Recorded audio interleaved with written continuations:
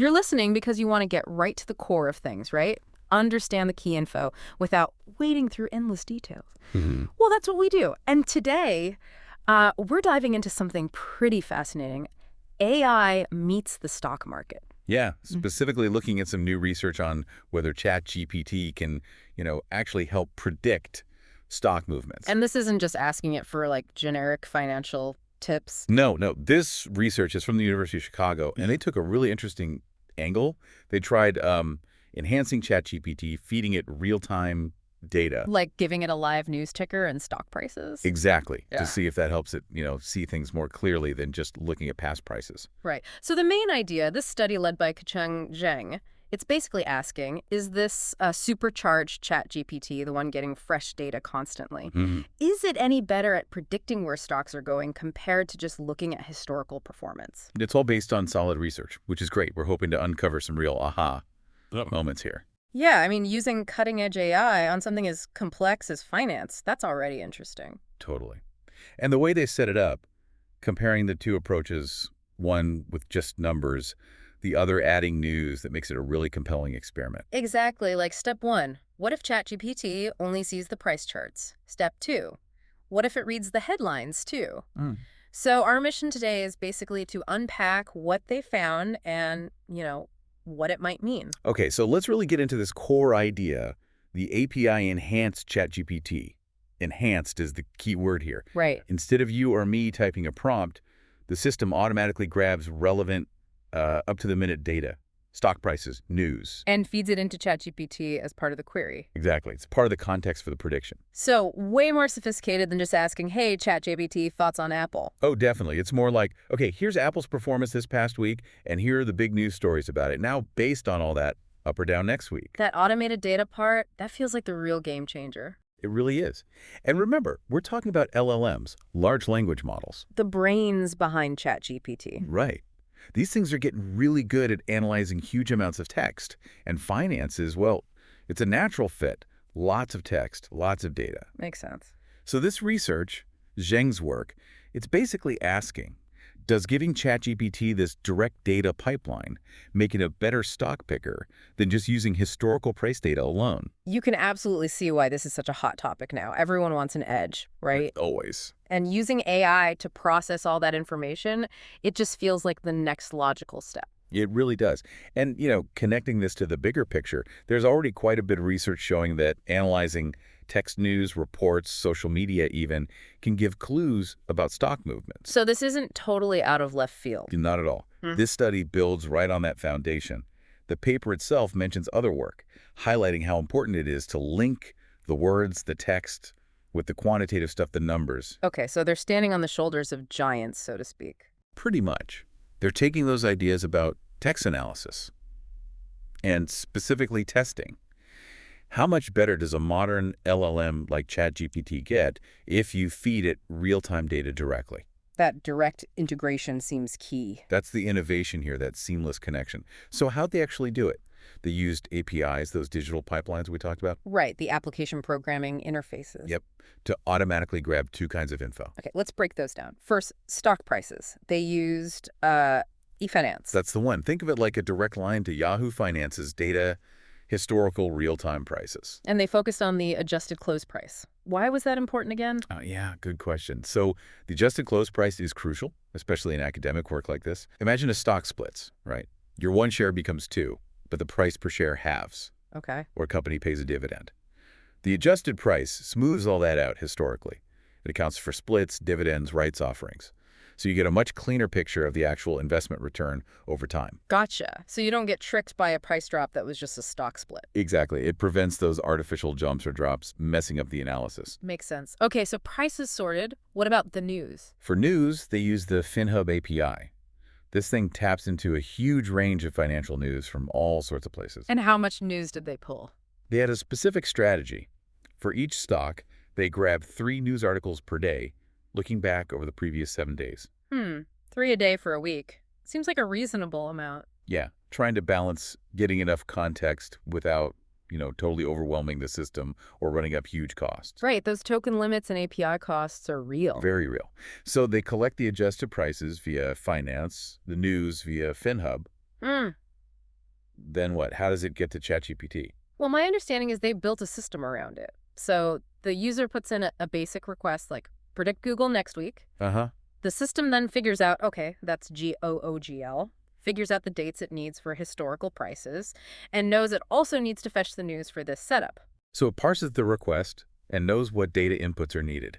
That's smart. Yeah, it automates that whole data gathering piece. It's not someone manually digging up articles. Right? Then it uses that info ticker, dates, need for news to call the A-Finance and FinHub APIs, gets the prices, gets the news articles, Okay. and then it bundles everything together. The original request, the price history, the news snippets, and sends that whole package off to ChatGPT. And the instruction is just up or down. Pretty much a binary prediction, up or down for the stock price movement in the following week. Simple output. Okay, very structured.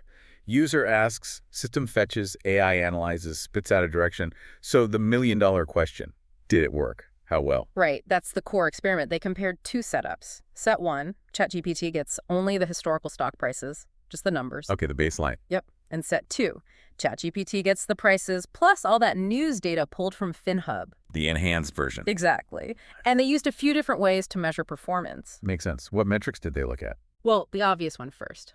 Accuracy. Just how often was it right? Up or down? Yeah. And interestingly, adding the news, so set 2, improved accuracy by about 10% on average across all the stocks they tested. Wow, 10%? That's not trivial in investing. Not at all. They mentioned NVIDIA, for example. It did okay with just prices, but its accuracy got even better when news was added. So even for stocks, it was already decent at. The news helped push it higher. Yeah, seemed like a consistent boost, though the starting accuracy varied between stocks, obviously. Okay, so accuracy up by 10%. But accuracy isn't everything, right? Right. Sometimes you care about avoiding bad bets, too. True, which is why they also looked at the F1 score. Yeah. F1 balances precision and recall. Exactly. Precision is like when it predicted up, how often was it actually up? Recall is, of all the times it did go up, how many did the model catch? And what happened with F1 scores when news was added? The results there were a bit more mixed, actually. Some stocks, like Tesla, saw their F1 score improve with the news, better balance. But for others, the F1 score apparently decreased a little bit. Huh.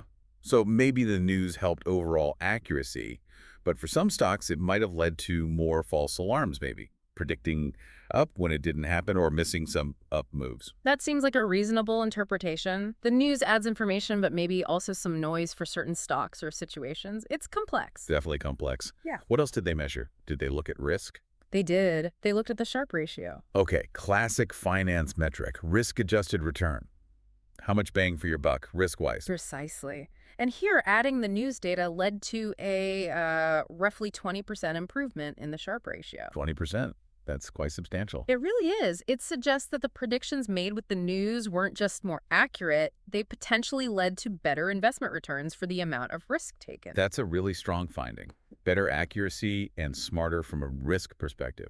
Did they look at beating the market? Yep, the information ratio, which compares the strategy's return against a benchmark, like the S&P 500, also on a risk-adjusted basis. Yeah. Similar result. Similar story.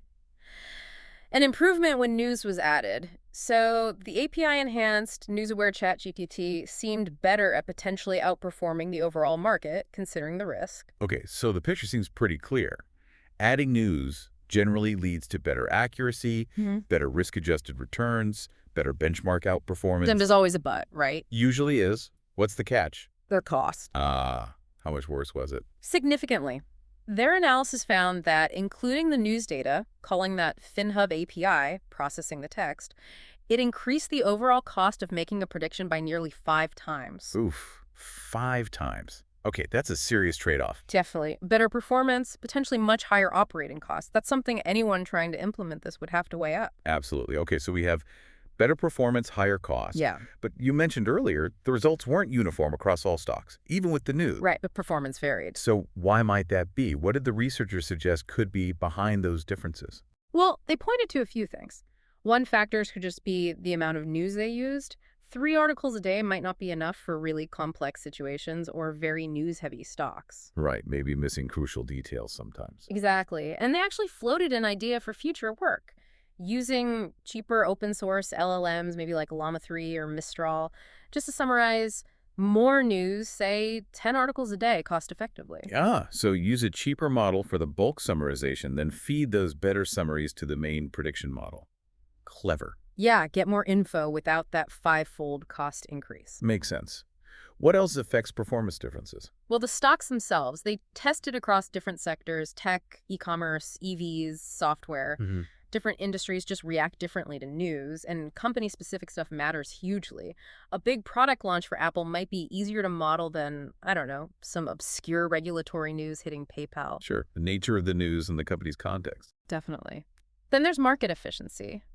How fast does news get priced in? For super watched stocks like maybe Tesla or Apple, the market might react so fast. That there's less room for an AI to find an edge predicting the next move based on that news. Potentially, yeah. The information might already be reflected in the price almost instantly. Good point. Any other factors? They also mention, maybe limitations in ChatGPT's architecture itself for this specific task. It's amazing with language, but maybe not perfectly tuned for every nuance of stock dynamics. Possible. And finally, feature engineering. Maybe just price and basic news isn't enough. Maybe adding sentiment analysis from social media or specific financial ratios could help for certain stocks, more data tailoring. Right. So lots of potential reasons for the variation. It's not a simple one-size-fits-all. Not at all.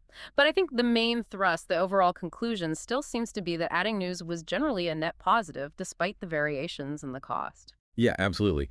So for you listening, the key takeaway really seems to be this.